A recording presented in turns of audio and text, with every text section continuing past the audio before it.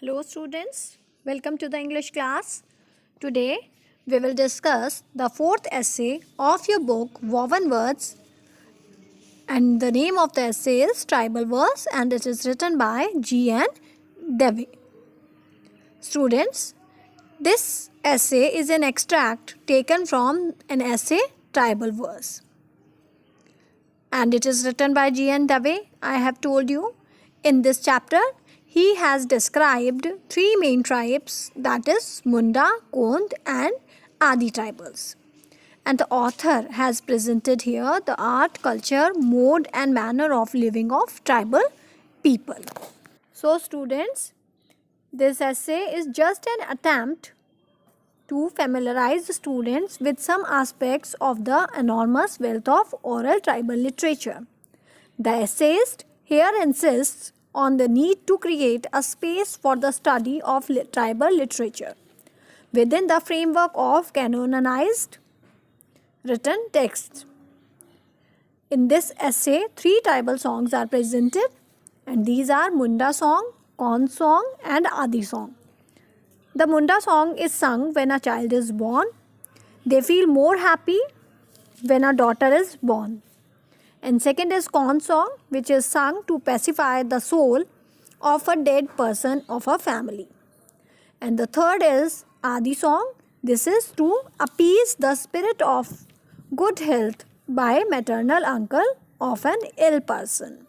So these three selected songs give us a small glimpse of rich collection of folk songs, which is an expression of the tribal vision of life. Now, let us see the definite common topography. Tribal people live within a definite topography, and it is a common place for all the members of a particular tribe occupying that religion. And in the absence of common but definite living place, the tribals will lose other characteristics of a tribal life, like common language, way of living, and community settlement. So, it is quite necessary that all these tribal people must live together. So, to make the language and way of living alive, therefore, it is quite important for them. Now, let us see the sense of unity, which is among the tribal people a common trait. Unless and until a group living in a particular area and using that area as a common residence does not possess the sense of unity, it cannot be called a tribe. Sense of unity is an invariable necessity of a true tribal life. The very existence of a tribe depends upon the tribal's sense of unity during the times of peace and war. Means even in the time of difficulty, these tribal people stay together.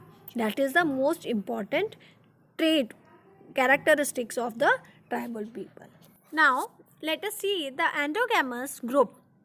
Means the tribal people generally do not marry outside their tribe, and marriage within the tribe is highly appreciated and much applauded. But the pressing effects of the changes following the forces of mobility have also changed the attitude of tribals, and now inter-tribe marriages are becoming more and more common. Means usually the tribal people don't marry outside their tribe, but now it has become very common that these people have started marrying outside their tribes also. Now let us see the common dialect. These members of a tribe exchange their views in a common dialect. This element further strengthens their sense of unity. Means they are having a common dialect, means the form of a language they are having very common, and they just share their feelings and emotions in that, so that they got strength in their unity. Let's see the ties of blood relationship. Blood relationship is the greatest bond and most powerful force inculcating sense of unity among the tribals. Means these tribal people believe in the relations of blood. and they just feel very powerful and strong in these relations. The next point is protection awareness. And these tribal people always need protection from intrusion and infiltration. And for this, a single political authority is established and all the powers are vested in this authority. The safety of a tribal is left to the skill and mental power of the person enjoying political authority. So, for their protection, these people have decided a single political authority and who will protect them in all the circumstances. The tribal chief is aided by a tribal community in the events of contingencies. Tribe is divided into a number of small groups and each group is headed by its own leader. The chief of a group works according to the directives received by him from the tribal chief. So, in these tribal groups, they are divided in small groups and each group is led by their own leader, and these leaders are being appointed by the tribal chief. Then the next point is distinct political organizations. Every tribe has its own distinct political organization which looks after the interests of tribal people. The whole political authority lies in the hands of a tribal chief. In some tribes, tribal committees exist to help the tribal chief in discharging its functions in the interest of the tribe. So, all the decisions means all the things are being discussed and main decisions are being taken by the chief tribal chief, and these people believe and they all work according to the instructions of this particular chief. Now, the next point is common culture. So, common culture of a tribe springs out from the sense of unity, common language, common religion, common political organization. Common culture produces a life of homogeneity among the tribals. Means all the tribal people are having the common sense of unity. They are having a common language. They follow a common religion. They are having a common political organization. Means all these are having all these things common. Now let us see the importance of kinship. Kinship forms the basis of tribal social organization. Most tribes are divided into exogamous clans and lineages. The marriage among tribals is based on the rule of tribal endogamy. Marriage is viewed as a contract and there is no prohibition on divorce and remarriages. So, among these tribal people, there is no restriction over divorce and remarriage. Means they can take divorce very easily and they can remarriage again very easily. They are having the different rules related to it. Let's see the egalitarian values. Means the tribal social organization is based on the egalitarian principle. Thus, there are no institutionalized equalities like the caste system or sex-based inequalities. Thus, men and women enjoyed equal status and freedom. However, some degrees of social inequality may be found in the case of tribal chiefs or tribal kings who enjoy a higher social status, exercise political power and possesses wealth.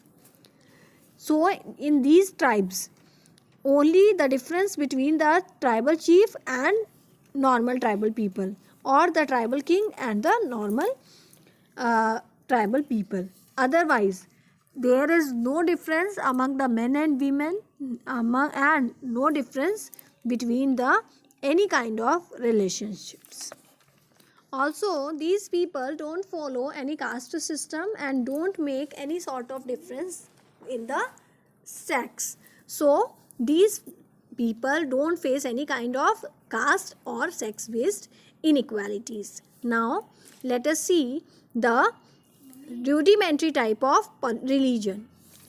Tribes believe in certain myths and a rudimentary type of religion.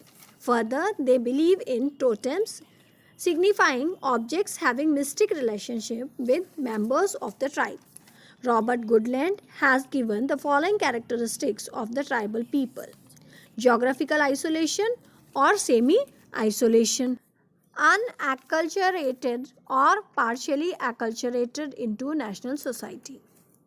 These tribes believe in various kind of myths and rudimentary type of religions, and they are having certain beliefs in totems, which are the signifying objects having the mystic relationships. Therefore, Robert Goodland has told various kind of characteristics of these tribal people. So they love to live in a geographical isolation or semi-isolation, and they are just acculturated into the national society. Let's see some more characteristics of these tribal people. They are largely or entirely independent on the national economic system. They are having ethnic distinctiveness from the national society.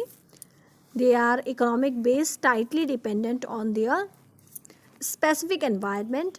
They possess leadership but no more national representation and few, if any, political rights. Means these tribal peoples don't have any political rights also, or if government has given some rights, so they are very few.